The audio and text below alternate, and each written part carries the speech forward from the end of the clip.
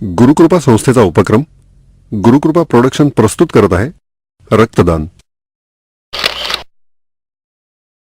वेळ काही सांगून येते का? रक्ताची गरज कुणाला कधी लागेल हे सांगता येत नाही.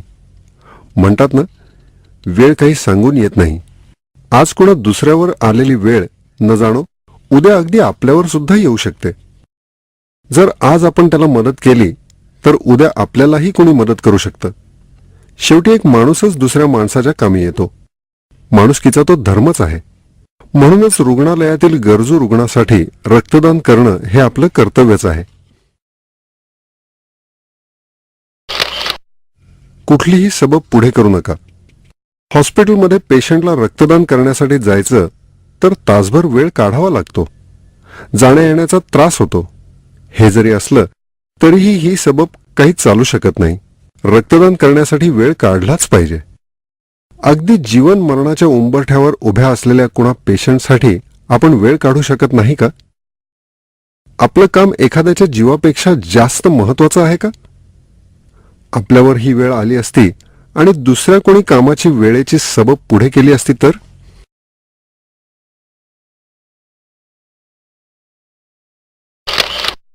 रक्ताची नाती अशीही निर्माण करता येतात.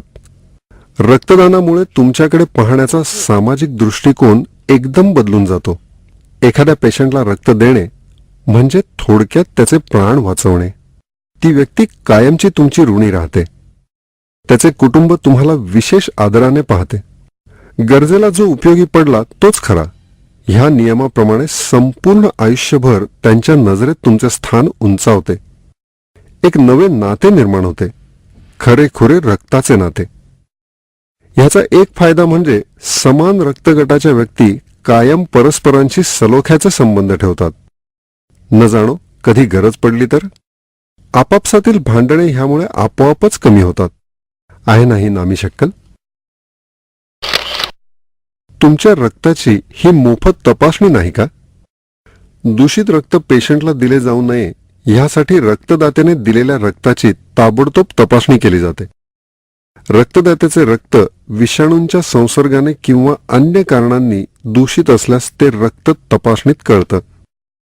रक्तदान करताना तेथे विनंती केली आणि नियम बाजूला सारून रक्तपेढीच्या अधिकाऱ्यांनी ती मानली तर दुसऱ्या दिवशी तुम्हाला ते सविस्तर नव्हे तर जुजबी माहिती फक्त तोंडी सांगू शकतात की रक्ताद्वारे कळणारा एखादा गंभीर आजार येत्या काही दिवसात तुम्हाला होण्याची शक्यता आहे का, किंवा त्या आजारावर उपचार करू शकणाऱ्या डॉक्टरकडे ते तुम्हाला पाठवू शकतात.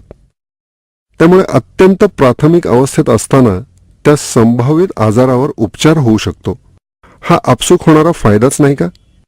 रुटीन चेकअपसाठी हॉस्पिटलमध्ये गेल्यास आपला वेळ तर तेवढाच जाणार, त्रास देखील होणार, शिवाय खर्च होणार तो वेगळाच. कुणी रक्तदान करू नये. वय 18 वर्षांपेक्षा कमी किंवा 50 वर्षांपेक्षा जास्त असल्यास. मात्र रक्तदानासाठी शारीरिक क्षमता वयापेक्षा जास्त महत्वाची आहे.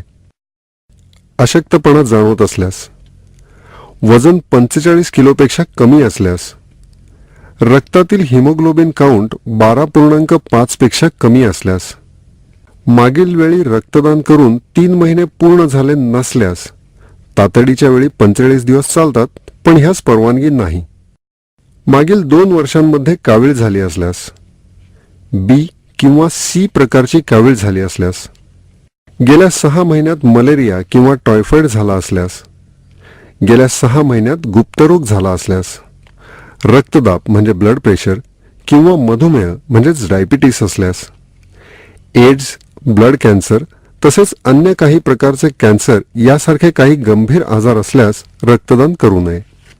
ह्याशिवाय इतर सर्व सुदृढ निरोगी व्यक्ती साधारण वय वर्ष 50 पर्यंत दर 3 महिन्यांनी रक्तदान करू शकतात. जे लोक स्वतः रक्तदानाचे पुण्यकर्म करू शकत नाहीत त्यांनी रक्तदानाचा प्रचार करावा. रक्तदानासाठी इतरांचे मन वळवून ह्या सत्कर्माला ते हातभार नक्कीच लावू शकतात. रक्त पैशांनी खरेदी करता येत नाही. रक्तदान हे असे अमूल्य दान आहे की ज्यासाठी पैसे दिले जात नाहीत, मात्र दिले जातात प्रेमाचे 2 शब्द, ते म्हणजे थँक्स. शरीराच्या वजनाला 14ने भागले तर साधारण तेवढे रक्त शरीरात असतं. या साधारण 4 ते 5 लिटर रक्तापैकी फक्त पाव लिटरच्या आसपास म्हणजे 350 मिलीलिटर रक्त काढलं जातं. रक्तदानानंतर 24 ते 48 तासांच्या आत शरीरात पुन्हा तेवढंच नवीन रक्त तयार होतं. त्यामुळे अगदी टेन्शन फ्री मनाने रक्तदानासाठी जावं आणि बिनधास्तपणे रक्त द्यावं. रक्तदानानंतर किंचितसा अशक्तपणा फक्त 1-2 दिवस जाणवू शकतो, पण योग्य आहार आणि अचूक दिनचर्या असल्यास अशक्तपणा जाणवत नाही. आणि त्यासाठी काही सूचना. रक्तदानासाठी उपाशीपोटी जाऊ नये. भरपेट जेवण किंवा नाश्ता करून तसेच भरपूर पाणी पिऊन मगच जावं. रक्तदानानंतर नारळ पाणी, फ्रूट ज्यूस किंवा दूध किंवा लस्सी असे काही पौष्टिक पेय प्यावे. रक्तदान केलेल्या हातावर जास्त जोर पडेल असे काही काम त्या दिवशी करू नये. अत्यंत धावपळ वा दगदग किंवा शारीरिक कष्ट हे त्या दिवशी टाळावे. तसेच रात्री लवकर झोपावे.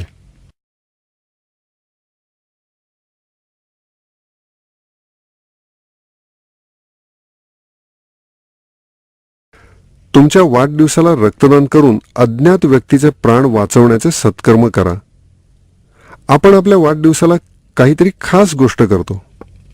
कोणी मंदिरात जाऊन देवदर्शन करतात, कोणी हॉटेलमध्ये जेवायचं बेत आखतात, कोणी मित्रमैत्रिणींना पार्टी देतात, कोणी पिकनिकसाठी बाहेर गावी जातात.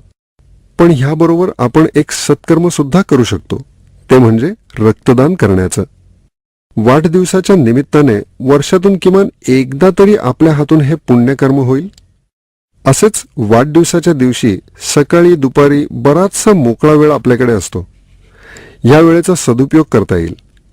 ईश्वराच्या उपकारांची जाण आणि मानवतेचा धर्म समजून एका अज्ञात व्यक्तीचे प्राण वाचवण्यासाठी केलेला हा प्रामाणिक प्रयत्न, खास तुमच्या वाढदिवशी.